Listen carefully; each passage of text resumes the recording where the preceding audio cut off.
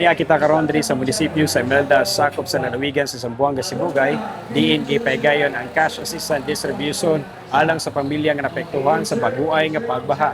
Kini gilangkuban sa pagdumala usab sa Zamboanga Peninsula Mission, ilalom sa Departamento sa Adventist Community Services ug ADRA Philippines kun Adventist Development and Relief Agencies alang sa paghatag ug pagtagad ug paglaom sa komunidad nga naapektuhan sa maong kalamidad.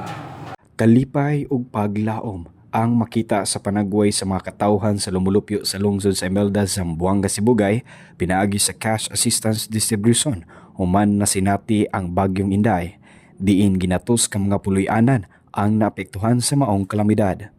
Nalipay kay ko kay ngano nakadawat ni o hinabang bilang pag kuan sa amo ang nangalunupan ba na kami na bisag nabahaan mi napagyuday na luoy namo sa pag hatag nila tagaan po doon ta sila og dugang nga mga kabuhayan para makapadayon sila og padayon kamo og panghatag sa sama namong nangabahaan kay ano ang wala man gini namo mahibaw nga maingon ani among kahimtang diha sa poblasyon Imelda diha sa market nga malunupan mi.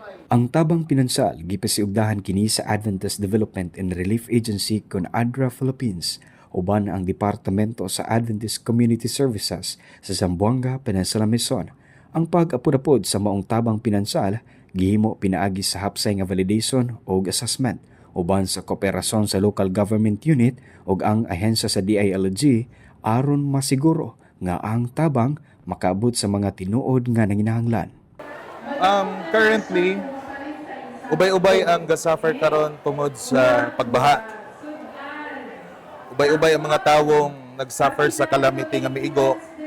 Actually, mas taas ang tubig karon kumpara sa mga miagi nga baha.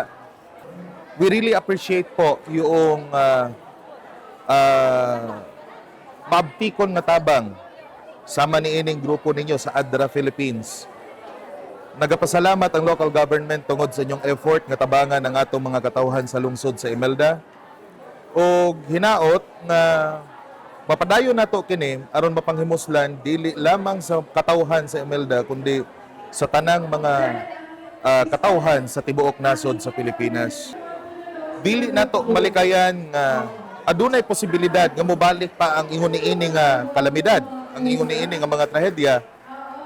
Busa ang local government nagaandam og padayon namong i-welcome ang ingon niini nga programa nga inyong gipasundayag diri sa lungsod sa Imelda. 650 ka mga personahe ang nakadawat sa maong tabang o gani gitapos ang pagpanghatag sa may alas 12 sa kaudtohon Hulyo 20 ning tuig 2026 uban ang hapsay o kalinaw kauban ang tibok pwersa sa mga magbubuhat sa lungsod sa Imelda o kaumahan sa Zamboanga Peninsula Mission.